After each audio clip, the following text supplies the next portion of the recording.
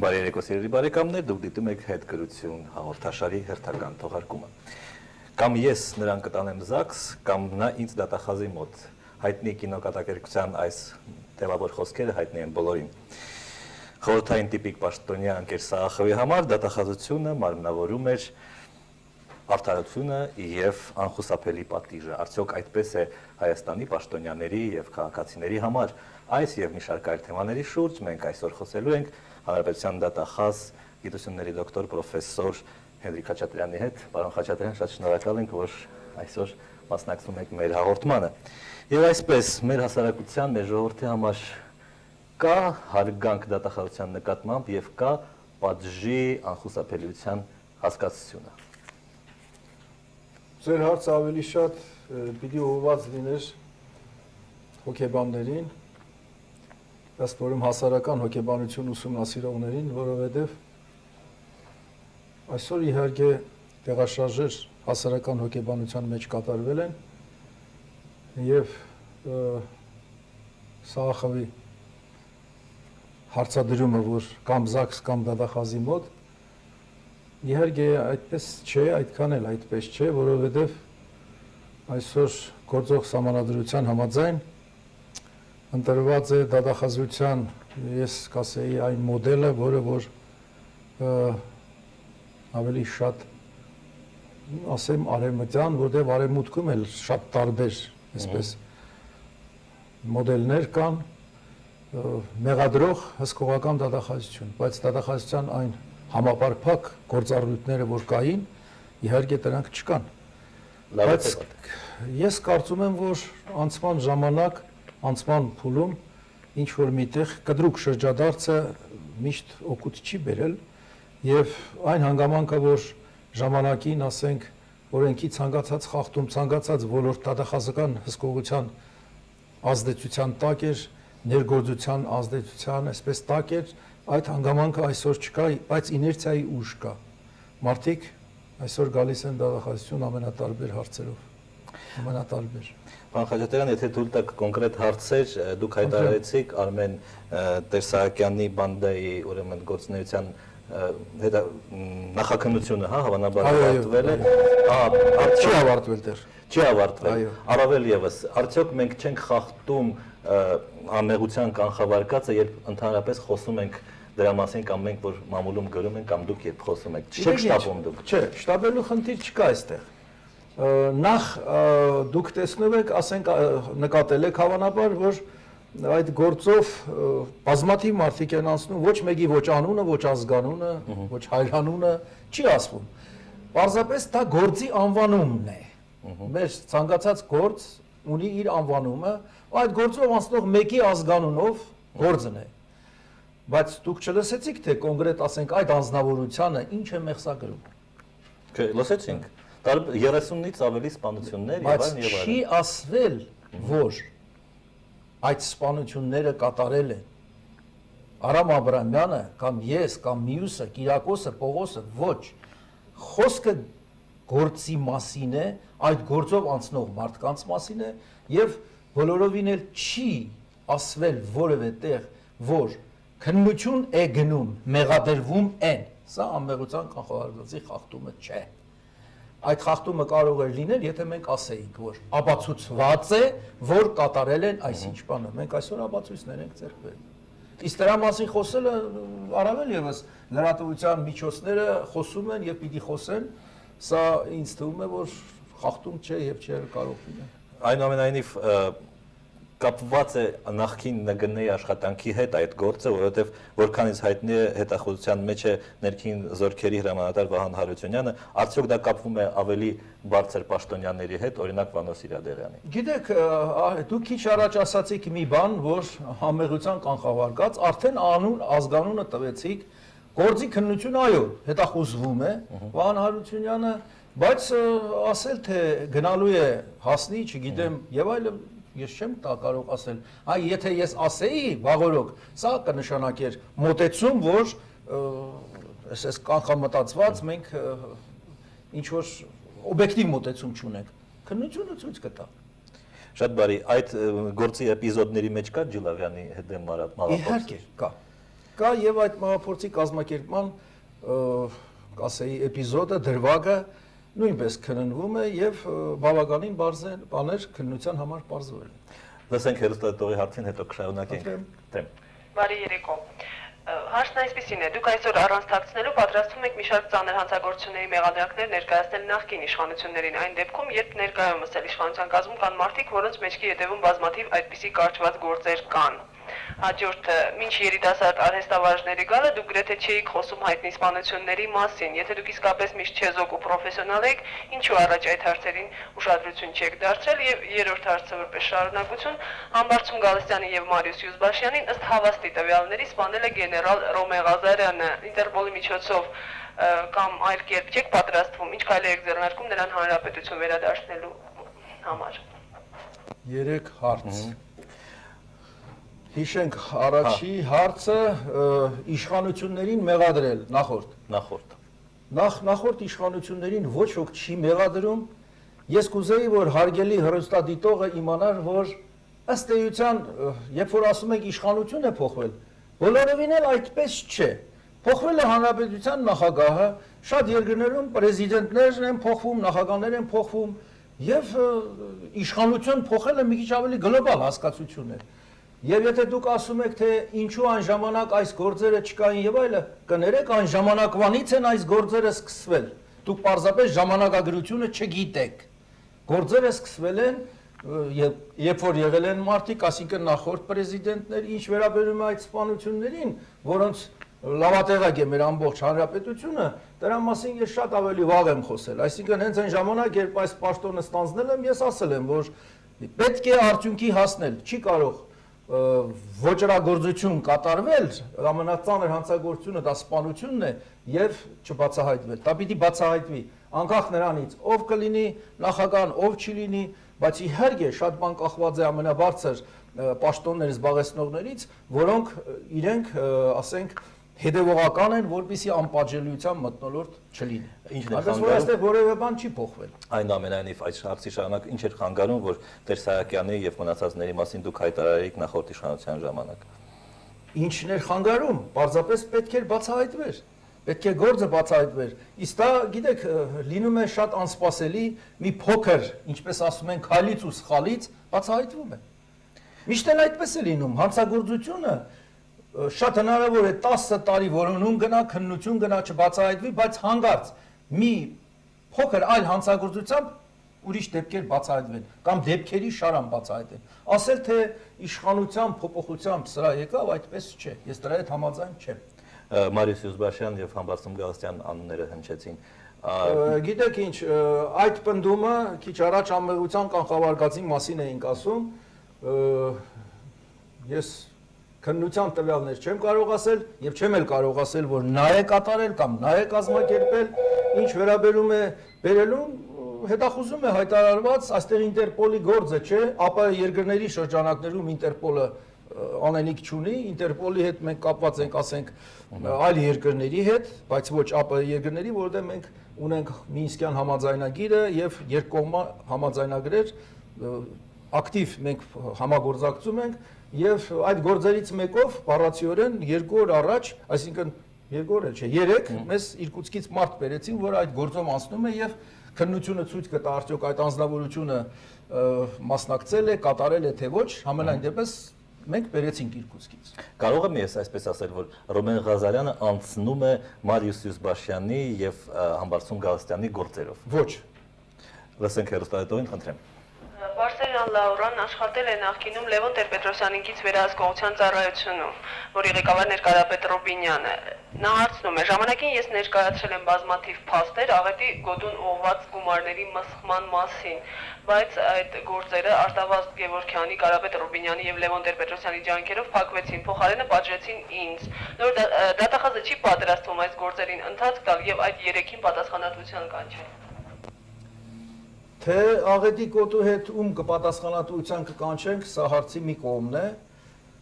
բայց աղետի գոտու հետ կապված հարցադրումները հենց այդ տեսակետից շատ վաղուց են եղել, դերևս 90-91 թվականին, երբ ես այն ժամանակ աշխատեցի կարճ ժամանակ Հայաստանի Հանրապետության դատախազի առաջին տեղակալ, որոշ այսպես հանգամանքներ բացահայտվեցին, բայց այդպես էլ իմ դուրս գալուց հետո ընթացքը չլուծվեց դրանց։ Հիմա որոշ մենք աշխատանքներ կատարում ենք, դուք նկատի ունեցեք, որ հայ այդպես հայտարարում են, թե ես այսպես բացահայտել եմ, ես այսպես ինչ-որ տվյալներ ունեմ, անկեղծ ասած ես ուզում եմ իմ այսպես մտահոգությունն ասել, իբրև Հանրապետության գլխավոր դատախազի, որ աղետի գոտու հետ նկատի ունեցեք, որ պարզ ժողովրդական լեզվով ասած ժամանակի մի շլաշփոթ է եղել, ոչ մեկը չի նստել են բծախնդիր հաշվապարի նման հաշվարկ կատարել, ինչը եկավ, ինչը չեկավ, որտեղ մուտք արվեց եւ այլն։ Այստեղ շատ քաոսային վիճակ է եղել եւ այս պարագայում բավականին ժամանակ անցնելուց հետո պարզել կոնկրետ արարք մեղսագծել չափազանց դժվար է, բայց այդ ուղղությամբ աշխատանք կատարվում է։ Պարոն Խաչատրյան, ընդհանրապես վարկերի յուրացման, վարկերի մսխման ոչ միայն աղետի գոտու, այլ ընդհանրապես ազգային ժողովի վերահսկողական պալատը ձեզ որևէ գործ ուղարկել է եւ դուք քննում եք։ Նրանք գործ չեն ուղարկել, նրանք իրենց ստուգումների արդյունքներն են ուղարկել, որը մեզ այսպես հնարավորություն է տալիս նախնական քննչական գործողություններ կատարել կամ գործ հարուցել։ Այսօր Հայաստանի Հանրապետության դատախազության քննչական մասի վարույթում մի շարք գործեր կան կապված վարկերի օգտագործման առնչությամբ չարաշահումների, հափշտակությունների, պաշտոնական դիրքի չարաշահման, վատնումների հետ, այո, այդպիսի գործեր ունենք մենք, ոռոգման համակարգի, ասենք, հայտնի չինական վարքի հետ կապված եւ մի շարք այդպիսի գործեր։ Տեղերում կան ավելի լոկալ նեղ բնույթի գործեր եւ պետք է ասել, որ վարկերի տնօրինման, օդերգա վարկերի տնօրինման հետ կապված մենք այսպես շատ ես կասեի լուրջ խորը աշխատանք ենք տանում, որովհետև իրոք այդ ոլորտում չարաշահումներ եղել են։ Պարոն Խաչատրյան, ես ամենևին արհեստավարժ չեմ իրավաբանության մեջ, բայց տրամաբանությունը հուշում է հնարավոր է, որ բոլոր նախարարներից ներկա եւ անցյալ մեղավոր կամ կասկածյալ լինի միայն Ռուդոլֆ Թեյմուրազյանը։ Գիտեք ինչ, ճշմարտությունը կոնկրետ է։ Այսօր բառացիորեն գործն արդեն ավարտվել է, ուղարկվում է դատարան եւ դատարանը իր խոսքը կասի, այստեղ արդեն անմեղության կարգավարվածի մասին է, ես չեմ ասում, որ նա դատապարտյալ է, ոչ, նախնական կալանքի տակ է, մեղադրանք է առաջադրվել, մեղադրվում է եւ վատնման, եւ հափշտակման մեջ, պաշտոնական տիրքը չարաշահելու մեջ, բայց ասել թե մյուս նախարարները ներողություն, ես իրավաբան եմ եւ եթե կոնկրետ ինչպես ասում են, բռնեցինք, չբռնեցինք, մենք իրավունք չունենք, այսպես տարածել ու ասել բոլորն էին կամ չգիտեմ մեծ մասն էր եւ այլն, ոչ, այդպես չէ։ Լսենք հեռուստադիտողին, խնդրեմ։ Հեռուստադիտողը հետաքրքրում է ինչ քայլերի կարող է դիմել Հայաստանի Հանրապետությունը, մասնավորապես գլխավոր դատախազը, կապված երկու հայ երեխաների հայտնի այդ ծեծի հետ Մորգան Լիծիկի նկատմամբ։ Մեր թերթում տպագրված էր, որ դեսպանության, ԱՄՆ դեսպանության աշխատակից Մորգան Լիդիկը սադիստաբար ծեծել է երկու հայ երեխաներին եւ ԱՄՆ դեսպանատունը մեզ դատի չտվեց։ Եթե ինչ-որ սխալ բան լիներ, հաստատ դատի կտար։ Տեղյակ եք այդ գործի մասին։ Երբ է եղել հաղորդումը։ Այդ հաղորդումը եղել է 3 ուրբաթ օրվա առավոտ թերթում։ Ես անկեղծ այդ հաղորդման չեմ կարդացել, բայց կարդամ եւ կծանոթանամ ու կապվենք դեսպանության հետ, տեսնենք ինչ հանգամանք է։ Պարոն Խաչատրյան, թե բարձրաստիճան պաշտոնյաները այնուամենայնիվ, թե դատախազությունը մի տարի առաջ մի բան են ասում, այսօր ուրիշ բան եւ իմ նման օրեն սովորական մարդիկ կարծես թե հակված են թե նախորդին, թե ներկային չհավատալու։ Օրինակ Վահան Հովհաննիսյանը պետական հանցագործ էր եւ այլն, հիմա ազգային հերոս է, կամ նույն Ռոմեն Ղազարյանը ինքն էր կրակել իր մեքենայի վրա, թե նրա մեքենայի վրա են կրակել, այս հակասությունները կան մի տարի առաջվա կամ կես տարի առաջվա հայտարարությունների եւ հիմա ինչպես անել, որ մենք այնուամենայնիվ մեր իրավապահ մարմիններին մի քիչ սկսենք հավատալ։ Գիտեք ինչ, եթե այլ պաշտոնատար անձինք հայտարարություններ են անում, դա նրանց գործն է, երկրորդն էլ ես կոչ կանեի, որ ոչ մեկը չխառնվեր մեր գործերին կամ դատարանի գործերին, առավել եւս նրանց դերը ստանձնել։ Եթե դուք նկատի ունեք, ասենք, դատախազական մարմինները, ապա եթե մի երկու օր առաջ լրացավ իմ նշանակման մի տարվա ընթացքում բոլորովին էլ իրարամերժ որևէ հայտարարություն չի եղել հանրապետության գլխավոր դատախազի կողմից։ Եթե դուք կոնկրետ այդ գործը նկատի ունեք, այդ գործում մեզ հաջողվել է ուղղակի հասնել համաչափության, ինչուն մեղադրել, ինչն է ապացուցված, ինչը չի ապացուցված, եւ դրանով էլ նրանք դատապարտվել են։ Եվ չգիտես ինչու լրագրողների եղբայրությունը երբեմն գրում է ազատ արձակվեցին եւ այլն։ Ոչ, ազատ չեն արձակվել։ Բա ինչ արեցին։ Դատավճիռ է կայացվել։ Եվ դատավճռով նրանք մեղավոր են ճանաչվել կոնկրետ հանցանքների մեջ։ Ես օրինակ կարող եմ ասել, որ շատ վաղուց, ավելի վաղուց, քան այսպես ինչպես ասում են, իշխանությունը փոխվելուց առաջ հաջողվեց մեզ, ինչ որ չափով ինձ, իմ գործընկերներին եւ նաեւ դատարանին, որ նրանց մեղսագրող մի այնպիսի արարք, ինչպիսին է հայրենիքի դավաճանությունը հանել։ Մենք գտանք, որ իրավաբանորեն դա հիմնավորված չէ, դա չեն կատարել, բայց եկեք, ինչպես ասում կոչերը մնացել են, այո, մնացել են, հոդվածներ կան, որ մնացել են, որով դատապարտվել են, բայց հետո նրանք ինչի են դուրս եկել, որովհետև կա 46 հոդված իրադրության փոփոխություն։ Ես կոչ կանեի, որ կարտային քրեական օրենսգիրքը եւ հարգեին քրեական օրենսգիրքը։ Հարգելով այդ իրադրության փոփոխությունը գուցե նաեւ դրոյի գործի մեջ մտնել եւ ասենք Արսեն Աստրոնուն եւ Արմեն Մնջյանին նույնպես իրադրության փոփոխության հետ կապված ազատեն կալանքից։ Ես սիրելի Արամ, կա հանցագործություն, բայց երբ խոսքը գնում է այրուն թափելու հետ, գիտեք, Կարլ Մարքսն էլ գերեզմանից ելնի փոփոխություն չի լինի։ Անհնար է դա։ Անհնար է։ Ես քիչ հետաքրքիր է, թե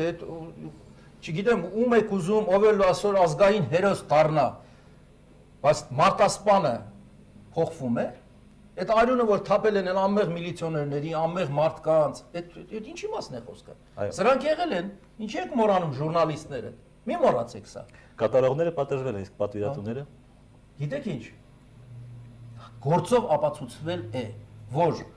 ռուսերեն մի շատ այսպես լավ բառ կա սպանտաննը։ Այսա այսպես ինքնաբուխ պահա եղել է, էպիզոդ է եղել է, ոչ թե ասել են թե անպայման այս միլիցիոներին սպանեք, այլ կանգնեցրել են ստուգելու, չեն ենթարկվել, պահանջել են տանելու, կրակել են, սպանել են ու փախուստի դիմել։ Դրոյի գործով նույնպես սպանտաններ։ Այո, կա նաև սա։ Այստեղ էլ կա, սրանք հիմնավորված են, ապացուցված են ու ասել թե, չգիտեմ, շտաբը, չգիտեմ, գերագույն մարմինը մյուսը կազմակերպել էին, դա չի հիմնավորվել։ Կոնկրետ մարդիկ կոնկրետ արարքը կատարել են, կոնկրետ սպանությունների մասն է խոսքը այդ գործերով եւ դրանով էլ պատժվել։ Ով ինչ արել է, այն էլ մեղսագրվել է եւ դատարանը ապացուցված համարել է իր դատավճիռն արձակել։ Դուք նկատի ունեցեք, մի բան է, որ մեղավոր ճանաչելը, երկրորդ բանն է դրան համապատասխան պատիժ նշանակելը։ Սրանք տարբեր բաներ են։ Այսինքն դուք չեք պատրաստում անդրադառնալ դրոյի գործին, որ դա թխված գործ է, չգիտեմ, շինծու եւ այլն։ Դա այդ տերմինները լրագրողների տերմիններ են, իրավաբաններս, չգիտեմ, այդ ուժերի։ Մենք քաղաքական ուժերը իրենք ոչ։ Ես համաձայն չեմ, ոչինչ թխված չէ։ Կամ կոնկրետ ասենք մարդիկ կան, որոնց կարելի է այս բանում մեղադրել, մեղադրվել են ու դատապարտվել են, մյուսում կա մարդ, որին այո, ես գտել եմ, որ նրա նկատմամբ ճիշտ չեն այդ հոդվածները դրել կամ դրել են ու խիստ պատիժ են նշանակել, դրա համար դեռևս անցած տարվա մայիսի սկզբներին երկու օր պաշտպանվելու ժամանակ ես խիստ բողոքը հետ եմ վերցրել իշխանության, ինչպես ասում են, ղեկավարները փոխվածել չեն եղել, հետո էլ նորից այդ նույն իշխանության ժամանակ բողոք են բերել Հրանտ Մարգարյանի մասն է խոսքը, որպեսզի նրա հարցը լուծվի եւ լուծվել է եւ դա արվել է օրենքով, օրենքի բոլոր պահանջներին համապատասխան։ Բայց այստեղ խնդիր ես չեմ տեսնում։ Հրանտ Մարգարյանը դուրս եկավ նոր իշխանությունների, թե հին իշխանությունների ժամանակ, նոր, չէ՞։ Չգիտեք ինչ, բողոքը բերվել էր եւ նախկին նախագահն էր եւ այստեղ որևէ խնդիր չի եղել, որևէ մեկ ինչ չի ասել թե ինչի եք բերել կամ ինչու չեք բերել։ Չի եղել այդպիսի բան։ Շատ բարի, լսենք հերոստատետողին, խնդրեմ։ Տեր Հուսիկ Լազարյանը մեծ անասնապահական ֆերմա ունի եւ Երևանում էլ մեծ առանձնատուն է կառուցում։ Հանրապետության դատախազը չի ուզում հետաքրքրվել, թե քահանային որտեղից այդպիսի եկամուտներ։ Եվ հաջորդ հարցը, ձեր դիրքորոշումը Բյուզանդի թիվ 13 վագի վերաբերյալ, որ ԱԺ պատգամավոր Յուրի Վարդանյանը որպես պապի ժառանգություն սեփականացրել է, այնինչ նրա ծնողները տարածքը նվիրել են պետությանը։ Տեր Հուսիկ։ Թող Տեր Հուսիկ Լազարյանի հետ կապված հետաքրքրվեն հարգային մարմինները։ Դատախազությունը նման ֆունկցիա չունի, որ եթե մեկը ինչ որ մի բան է կառուցել, գնանք ու ասենք թե ինչ է կառուցել, մոռացեք, հենց կակրաս դատախազության խորհրդային մոդելն է եւ պարոն Սախովի ասած այստեղ է հենց տեղին է, հարգայինը թող որոշի որքան եկամուտ ուներ եւ ինչպես է կառուցել, այդ նրանց խնդիրն է։ Եթե կրիմինալի հարց է առաջանում, հանցավոր արարք կատարելու, սա ուրիշ խնդիր է, սա արդեն, ինչպես ասում են, մեր խնդիրն է։ Ինչ վերաբերում է Բյուզանդի այդ բնակիչների հետ կապված, այդ կապակցությամբ ես իմ խոսքը ասել եմ, կա Երագույն դատարանի համապատասխան այցանի վճիռը, հարցը լուծված է, կան որոշ այստեղ հանգամանքներ, որոնց լրացիչ այսպես ուսումնասիրություն է պահանջում, կապված նոր հանգամանքների հետ, դա կատարվում է։ Ճիշտ է, որ Ռազմիկ Դանիելյանի հետ կապված գործ, այսինքն Հայկոպի հետ կապված գործը, որտեղ կա նաև Ռազմիկ Դանիելյանի անունը, կարճվել է կամ ապացուցվել է, որ նա ամեղ է։ Ոչ, քննությունը ընթացքի մեջ է։ Լսենք հեռուստադիտողին, խնդրեմ։ Հեռուստադիտողը հետաքրքրվում է, լուրեր են պտտվում, որ նախկին կապի նախարարին դեռ կակալել են։ Ճիշտ է արդյոք այդ լուրերը եւ հաջորդ հարցը։ Վերջերս ամբողջ հանրապետությունով մեկ թե ազգային ժողովի պատգամավորները եւ թե դատաիրավական ստրուկտուրան հայտարարեցին, որ իրենք այսպես ասած պոտենցիալ կաշառակերներ են, այսինքն եթե իրենց աշխատավարձը չբարձրացվի, կաշառակերությունը կաճի։ Ինչ է կարծում պարոն դատախազը, իրավունք ունեն իրենց պոտենցիալ կաշառակերներ համարողները երկիր ղեկավարել։ Գիտեք, առաջինը բավականին լուրջ։ Ես չգիտեմ այդ որտեղից են վերցրել եւ ով է ձերբակալել, բայց պիտի նկատի ունենալ, որ այնուամենայնիվ դա եթե ինչ որ մի լոկալ մարմին էր, չէր իհարկե լոկալ մարմին չէր կարող լինել, ես նկատի ունեմ դատախազությունը կամ ներքին գործերն ազգային անվտանգությունը, նման բան չկա եւ այստեղ հավանաբար լուրերը պատտվում են եւ ռուսերեն ասում են «Одна бабка сказала», այդ նույն կարգով հարցը դնում են։ Երբ որ խոսքը գնում է դրույքաչափերը բարձրացնելու մասին եւ ուղիղ կապ են տեսնում, ասենք, մարդու բարոյական նկարագրի եւ միայն դրա հետ են կապում, ասենք, աստիճանավորների, պետական աստիճանավորների կոռուպցիայի հանգամանքը, ես կարծում եմ, որ իհարկե այստեղ կապ կա, բայց միայն դրա հետ կապել դա կնշանակի, որ մոտեցումը իհարկե ճիշտ չէ, որովհետեւ ես շատ վստահ ու հանգիստ կարող եմ ասել, որ ամենաբարձր աշխատավարձ ստացող երկրներում, որտեղ իրոք բարձր աշխատավարձ են ստանում, նույնպես կա կոռուպցիայի հանգամանք։ Նույնպես կա։ Այսինքն միայն դրա հետ կապել չի կարելի։ Եվ չի կարելի ասել, թե մեզ այսօր քիչ աշխատավարձ են տալիս եւ բոլորը կոռումպացված մարդիկ են, այդպես չէ։ Պարոն Խաչատրյան, եթե ես ասեմ, ես պոտենցիալ կաշառակեր եմ, դուք ինձ կարող եք բռնել դրա համար։ Ոչ։ Դուք ձեզ խոստովանում եք։ Չէ, ԱԺ-պատգամավորներ ասում են, մենք պոտենցիալ կաշառակերներ ենք։ Գիտեք ինչ, ամեն մեկը իր, ինչպես ասում են, մտածածի, հասկացածի չափով է ասում, բայց եթե որևէ մեկը կոնկրետ կասի, թե երբ ինչ որ մի բան արել է, ես կարող եմ հանձնարարություն տալ, որ զբաղվեն, բայց ընդհանուր հանձնարարություն դա այդպես։ Լսենք հեռուստադիտողին, խնդրեմ։ Լուրեր են պատտվում, որ Ռոբերտ Քոչարյանի դեմ արդեն 3 անգամ մահափորձ է կատարել եւ նա վերադարձել է Ղարաբաղ, բայց նորից համոզել բերել է, որքանով է դա ճիշտ։ Լուրերը մնում են լուրեր, սին դատարկ լուրեր են։ Նորից անդրադառնանք Դաշնակցության հետ կապված գործերին, կարծես թե իրավիճակի փոփոխության հետ կապված իրադրության ներեցեք, իրադրության երկու մարդ հետախուզության մեջ են, հետո ներկայացան ձեզ Գառնիկ Իսագուլյան եւ Ռուբեն Ասատրյան։ Նրանց գործը իրադրության փոփոխության հետ չփոխվեց։ Փոխվեց, այո, փոխվեց։ Եթե մենք գտնում ենք, որ կատարված է հասարակության համար կորցրել է իր վտանգավորությունը, իսկ 46 հոդված դատի, իդեպ ասեմ, որ այդպիսի հոդված աշխարհի բոլոր քրեական օրենսգրքերում կան։ Կատարված արարքն է կորցնում իր վտանգավորությունը կամ անձը, կոնկրետ անձը։ Եվ եթե մենք պիտի ուղարկենք դատարան ու դատարան այդ հոդվածը կիրառեր, նշանակում է իզուր տեղը մենք աշխատանք էինք ստեղծում։ Մենք դրանց նկատմամբ հենց այդ 46 հոդվածով կարճել ենք։ Կարճվել է գործը։ Այո, այո։ Եթե ես ասեմ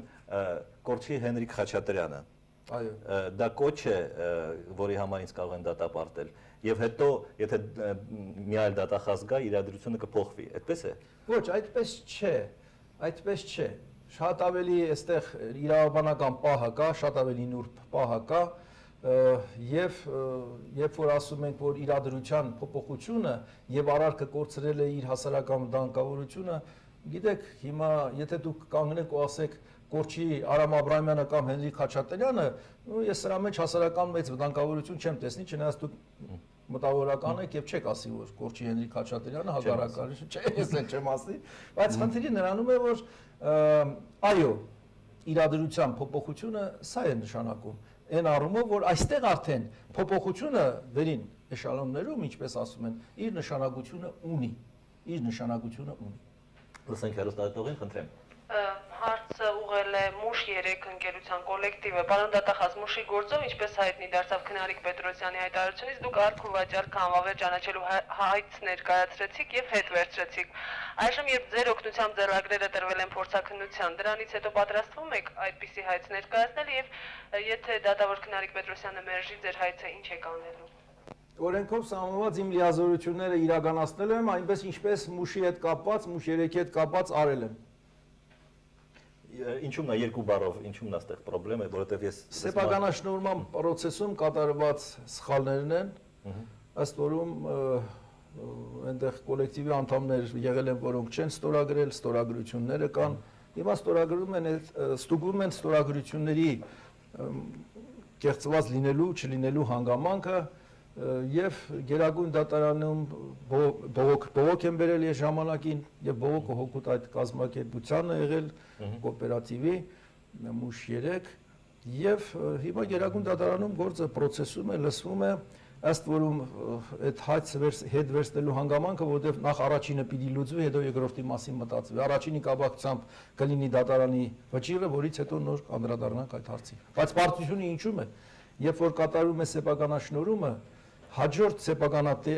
սեփականատերը վաճառում է մեկ այլ մյուսին, մեկը երրորդին, չորրորդին, այստեղ նույնպես այսպիսի process է կատարվել, այնպես որ մի քիչ երկարում է, որտեղ բավականին բարդություններ կան։ Պարոն Խաչատրյան, կոռուպցիայի մասին ձեր 1 տարվա ընթացքում քանի քննիչ կամ դատախազ է պատժվել հենց ձեր համակարգում կոռուպցիայի համար։ Գիտեք ինչ, ես եթե երբեմն այս մոտեցումը կար, երբ որ ասում էինք, թե ուժեղացվել է պայքարը սպեկուլյացիայի դեմ, կաշառակերության դեմ եւ ժամանակին ես նկատի ունեմ այն ժամանակները, որ անցել են խորհրդային ժամանակները, մեղադրում են, թե ինչու դուք 1-2 գործ ունեք եւ ըստ էության չեք պայքարում, ասենք կաշառակերության, սպեկուլյացիայի կամ այլ հանցագործությունների դեմ։ Ես այդ բացահայտված գործերի քանակով չէ որ որոշում եմ, այլ ընդհանրապես համակարգում տիրող վիճակի, կատարվող աշխատանքի, իսկական պրոֆեսիոնալների